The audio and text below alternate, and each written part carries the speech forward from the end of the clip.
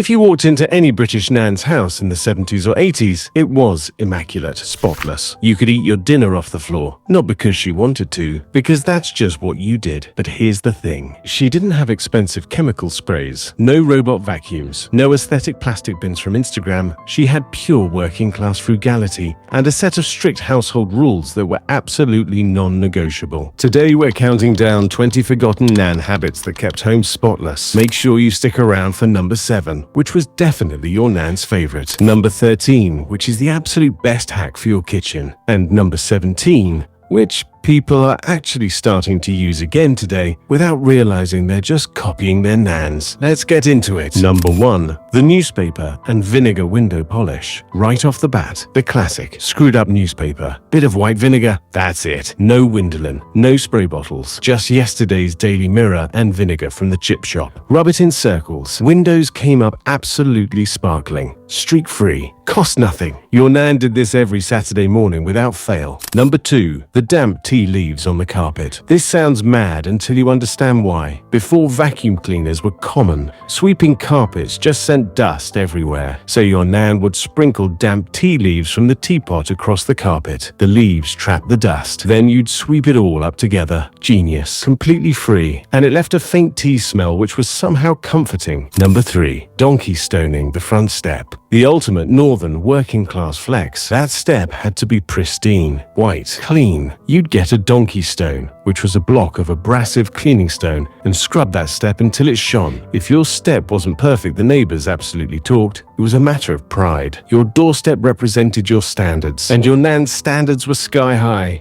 Number 4, dusting with old cut-up pants and vests. Nuns never bought microfiber cloths. Why would you when you had perfectly good old underwear? When your vest or pants got too worn, they got cut up into squares. Best dusters you could get. Cotton. Soft. Free. Nothing went to waste. Ever. Number 5, boiling the dishcloths. This was terrifying to watch. Your Nan would get a pan, fill it with water, chuck the dishcloths in, boil them, properly boil them. The germs didn't stand a chance. The dishcloths came out steaming hot and genuinely clean. Modern antibacterial sprays have got nothing on a good boil. Number 6, saving every biscuit tin. Because a Royal Dansk tin never actually contained biscuits after the first week. It contained sewing supplies, spare buttons, needles, thread, old birthday cards, mystery keys that didn't fit anything. You'd see the tin, get excited about Danish butter cookies, open it, devastation, just a needle and some ancient ribbon. Tell me in the comments, what did your Nan keep in the biscuit tin? Because I guarantee it wasn't biscuits. Number 7, the front room quarantine. Here it is, your Nan's absolute favorite rule. The good living room, the front room, the parlor, whatever she called it, you were not allowed in there, ever. Unless the vicar came round, or someone died, it was kept freezing cold, because the heating wasn't on. The furniture was covered in plastic. The carpet had Hoover lines that must never be disturbed. It existed purely to prove to visitors that your family had standards. You lived in the back room like peasants, while the front room sat there,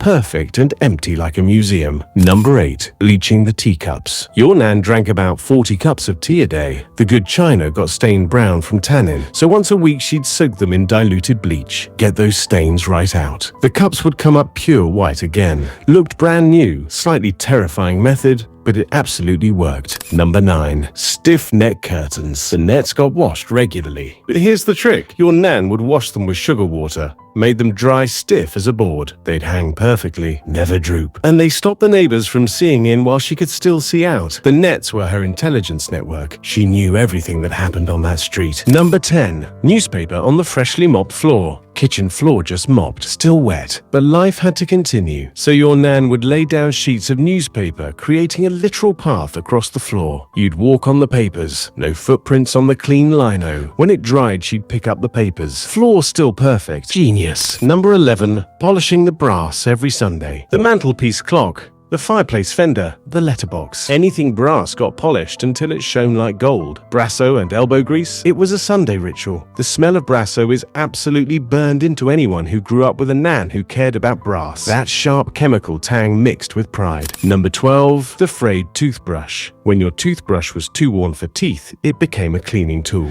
The ultimate weapon for scrubbing bathroom grout. Getting between tiles, around taps. The bristles got into tiny gaps. Your Nan had a collection of old toothbrushes leftovers under the sink for different jobs. Nothing was ever thrown away if it still had use. Number 13. Bicarbonate of soda for everything. The best kitchen hack. Bicarb. Your Nan had a box of it, and it solved literally everything. Cleaning the fridge, unblocking the sink, getting rid of the smell of boiled cabbage, scrubbing pans, making cakes rise. It cost about 20p and lasted months. One product, infinite uses. Modern cleaning influencers are charging 15 quid for products that do half what a box of bicarb did. Number 14. Saving the dripping. After cooking bacon or a roast, your Nan would pour the leftover fat into a mug, keep it under the sink, use it for cooking later. Roast potatoes and dripping are genuinely better than anything modern. Sounds gross now, was actually delicious, and nothing was wasted, ever. That was the rule. Number 15. A saucer over a bowl. Cling film was expensive. Why buy it when you had perfectly good side plates? Leftovers went in a bowl. Saucer on top, into the larder or the fridge. Worked perfectly. Reusable. Free? Your Nan would have looked at modern Tupperware collections and been genuinely baffled at the waste of money. Number 16. Lemon and salt on the chopping board. Wooden chopping boards don't go in the dishwasher. Your Nan knew this decades before anyone else cared. She'd scrubbed the board with half a lemon dipped in salt, killed the bacteria, got rid of smells, left it clean and fresh. Simple, effective, natural antibacterial before that was even a concept. Number 17. Soda crystals and white vinegar. The one people are using again today. Modern eco-friendly cleaning. TikTok is literally just your Nan's methods repackaged. Soda crystals down the drain to dissolve grease. White vinegar to descale the kettle. These are the exact same things your Nan did 50 years ago because they were cheap and they worked. Now people pay extra for eco-friendly cleaning products that are just rebranded versions of what Nan's knew all along. Number 18. Saving brown paper and string. Parcel arrived. Your Nan would carefully unwrap it, fold the brown paper, roll the string into a neat ball, put it in the drawer, just in case, because you never knew when you'd need to wrap something. Buying new wrapping paper was wasteful. She had a drawer full of saved paper and string that dated back decades, and she used it. Number 19. Beating the rug on the washing line. Sunday afternoon, the rug came off the floor, got hung over the washing line. Your Nan would take a wicker carpet beater and absolutely thrash it, getting all the dust out, and probably working out some aggression about something your granddad said at breakfast. The whole street could hear the whack, whack, whack. It was therapeutic, and the rug came back in genuinely clean. Number 20. Making the bed the second you wake up. The absolute non-negotiable rule. You got out of bed. You made it immediately. Hospital corners, pillows plumped, blankets straight. A messy bed meant a messy mind. Your Nan truly believed this, and she was probably right. Her house was immaculate because she never let anything slide. Not even for 5 minutes. Standards were standards, and they were maintained from the second you woke up until the second you went to sleep.